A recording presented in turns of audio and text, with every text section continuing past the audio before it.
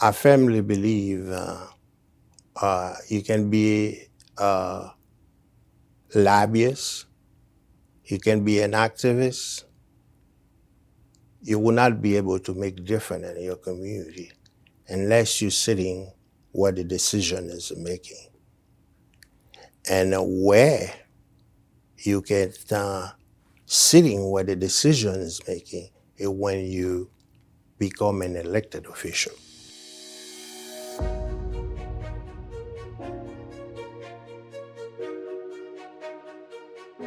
After I became elected, I met Maurice and Fleur, who was the only statewide person that was elected at that time in Massachusetts. She came down here to Florida to an event and we met. She was very excited. She had heard about me being, the city clerk in North Miami. So we developed a friendship and we started talking, although previously there was a lot of local elected official.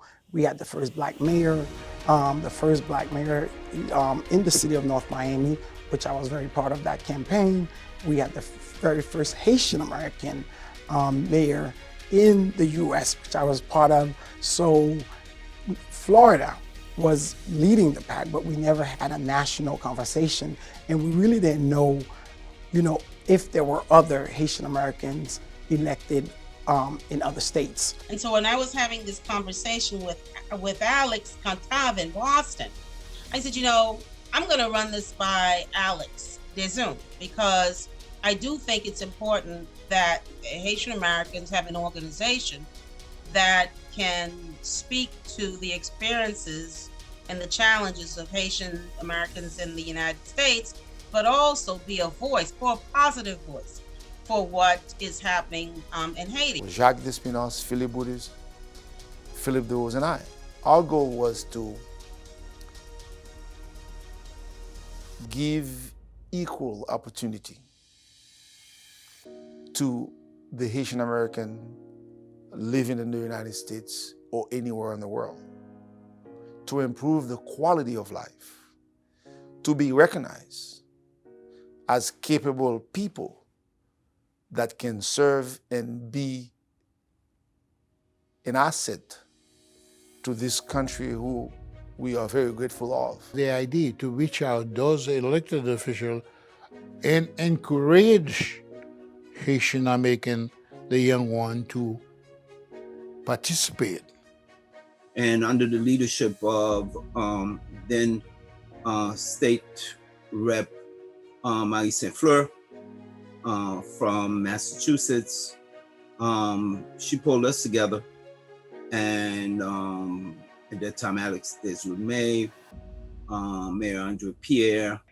I became a member of NHAEON because I was part of the founding elected officials that had that initial meeting in Washington, D.C. We took the goal of becoming advocates for issues that are affecting the Haitian community and of course Haiti as well. And we organized meetings with the conference calls before Zoom. We organized conference calls across all these different states and began to have a conversation about what we could look like. And through those conversations, we formulated an agenda. That agenda was then taken to the meeting in October of 2009. And it was timely because we were organized. When the earthquake came, we had the momentum of that organizing with us to be able to really impact some of the decisions that occurred. We took on the task and began to put forth demands for immigration reforms. And at that time, we were fighting for question of deferred enforcement of deportation. There was the family reunification issue was propping up.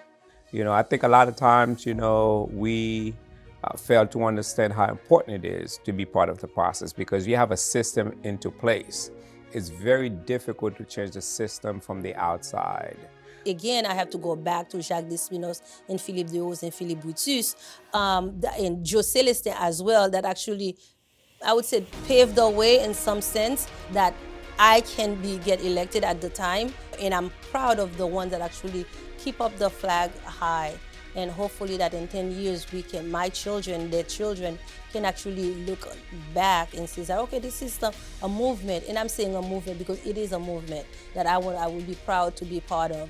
So the Haitian legacy and the NHAEON legacy can actually continue to flourish. When you become an elected official, and this is what pushed me, decided me to run for public office. I believe I want to make it different in my community. I believe I can make it different. So I run for public office, and I believe that I can serve my community better. You know, it was always important that we engage in the process of consolidating ourselves as elected officials. We are the sons and daughters of the immigrants who come to this country. We ourselves are immigrants. I came to this country when I was 14.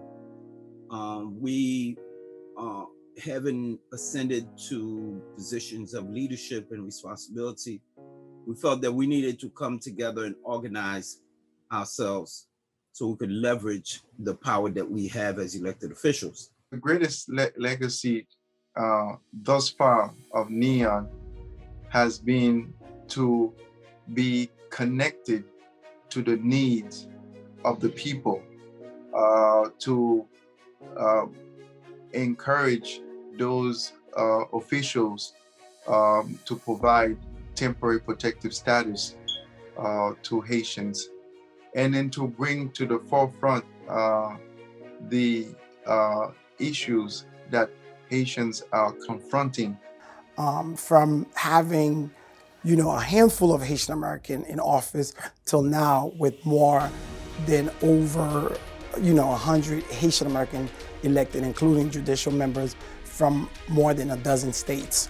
So we have come a long way. We do have a long way to go. The future of NHAEON is tied to the continued initiative that we take to develop our base. Understanding that we don't do this work alone or in a vacuum is important. So I lift that up to say that the partnership with the Trotter Institute, if I did not have the partnership with the Trotter Institute at UMass Boston, I don't believe that I would have had the full capacity to really drive the founding of NHAEON. Okay, because somebody's got to drive it. Just like Alix is driving it now, somebody's got to get up every day and think about this. I got up every day and thought about how do we do this, because I had the added capacity of this institute. And that institute helped staff it. That institute helped for the research, because you've got to have good information. You got to have good data, right? And they were critical to that. And so I do hope that NHAEON continues to associate itself with with an institute or a higher education organization that will support the professionalism of their work. And I think that we need to figure out how best do we support those among us who want to continue to raise the flag at the highest level to be able to empower the Haitian community. So I say forward ever, backwards never. Thank you.